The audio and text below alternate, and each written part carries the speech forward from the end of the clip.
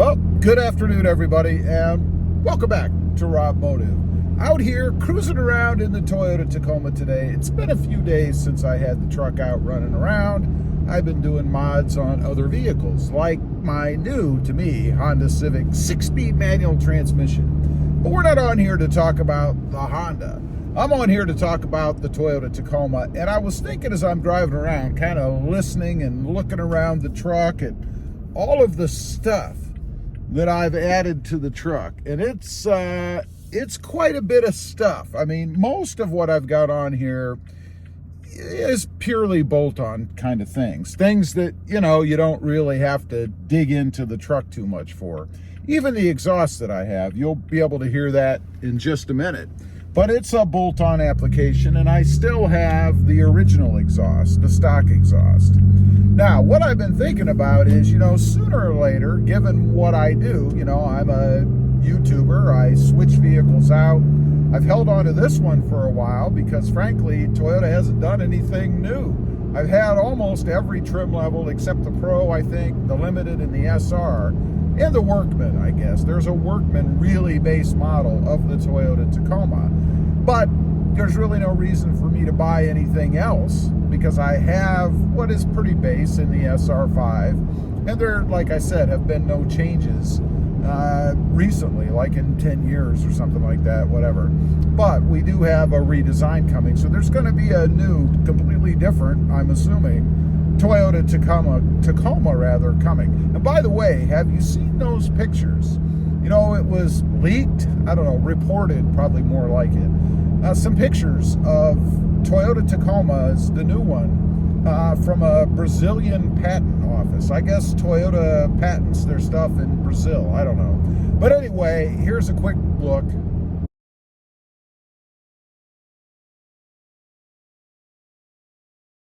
What do you think of this? You know, the more I look at it, and I asked my wife about it too, I said, it kind of reminds me of a bit of a Tonka truck. Kind of has that Tonka truck kind of look.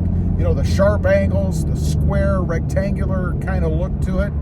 I don't know. But anyway, that's what's coming. So I've been thinking, you know, given that this truck is going to have to go sooner or later, you know, what am I going to do? I've got all this stuff, and I think that the best types of mods to do, if you are a frequent flyer, a frequent trader, are probably just bolt-ons.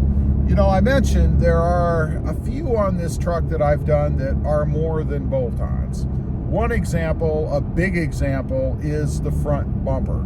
You know, I had to cut, I had to remove things to put that new Highline bumper on there, which I love, by the way, and I think it's an improvement on the truck. I think it looks better than stock does, but I can't put it back the way that it was. I mean, I could if I bought a whole new front end, but God only knows how much money I would be into if I did that. You know, Toyota parts in general are expensive.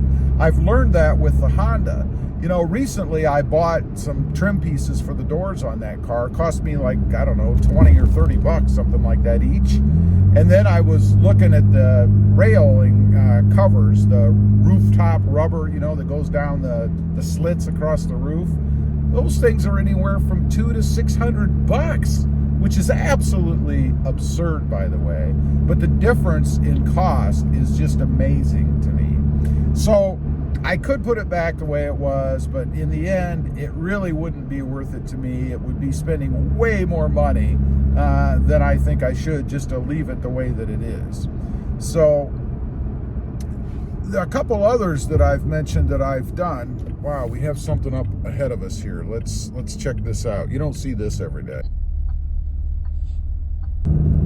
I don't know what that was. It's like a horse caravan or something going down the road. I don't know what that was about. And funny too, they had a truck pulling like a trolley looking thing with all those horses. I would have thought it would have been horse drawn. But anyway, just wanted to show you guys that. Kind of strange.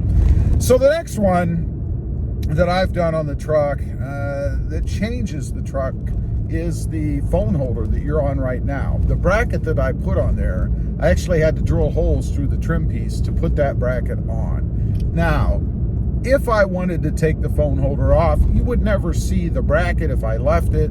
or even the holes that I drilled through it, because there's a recess. It sits down in, and unless your head is hitting the ceiling and you're looking down that way, and then I'm not even sure, you're never gonna see that there. So it's not a real big concern for me, but I did alter the truck, and it's something that I couldn't inexpensively anyway put back. I'd have to buy a whole new trim piece. That is something I definitely wouldn't do. Another item that I have, and I think there's maybe only three items that I've altered. And the third one are those rails or covers on the roof.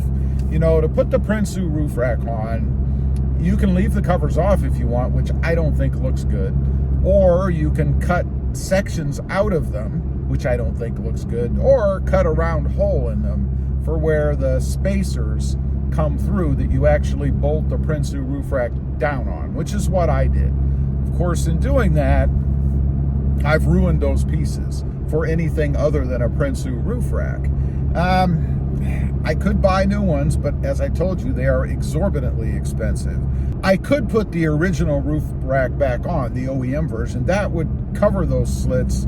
And actually, when you put that one on, you don't even need those covers. You remove those. That's why I had them left over from the OEM. That's probably what I would do. I would put the OEM roof rack back on there just to cover up that section, so I didn't have to screw with those rubber pieces anymore. Just I think a more economical solution, because honestly, that roof rack actually costs less than pricing I've seen for those pieces.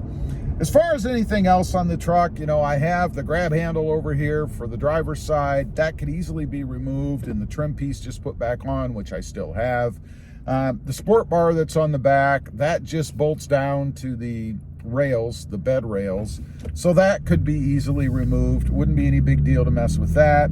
I do have the OEM grill, so I could take out the TRD Sport or Heritage grill that I have. I don't know if I do that or not. Honestly, I'm not sure. Well, I'm pretty sure that it wouldn't fit the next version of the Toyota Tacoma anyway, so there's no real reason for me to mess with that. I probably would either take it off and sell it or just leave it on the truck. Other things, nothing really. I do have a lift on the truck in just the front end. I could put it back to stock if I wanted, but I'd have to buy new shocks, and I don't see any reason to do that whatsoever. The wheels and tires, I don't have the original wheels and tires anymore. I actually sold those. I don't think there's anything wrong with what's on the truck right now.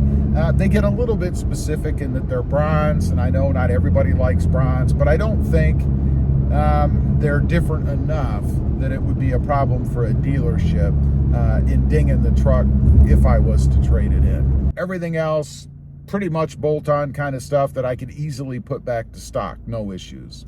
So anyway, I do believe if you're a modder and a frequent trader, your best bet is probably just to go with bolt-on type mods that don't require altering permanently the truck in any way, or making it so you can't put it back to the way that it was when you got it for resale purposes to trade it in. Leave a comment. Let me know what you think. I'd be curious to know. Also, one caveat to that, if you're willing to sell it outright and go through all of that hassle, probably a better idea to do it that way if you do have a truck that is so heavily modded that you can't put it back to stock, or if you just don't want to. After all, there's a buyer out there for everything. It's just a matter of whether or not they're willing to give you the money that you want for the truck. Also, real quick, I do have 2 additional channels. RobMotive JT, all about the Jeep Gladiator, and Mod Driven, all about my new, to me, Honda Civic 6-speed manual. Love that car. Lots of mods and things going on over there. Check them out, and if you're interested, why not subscribe?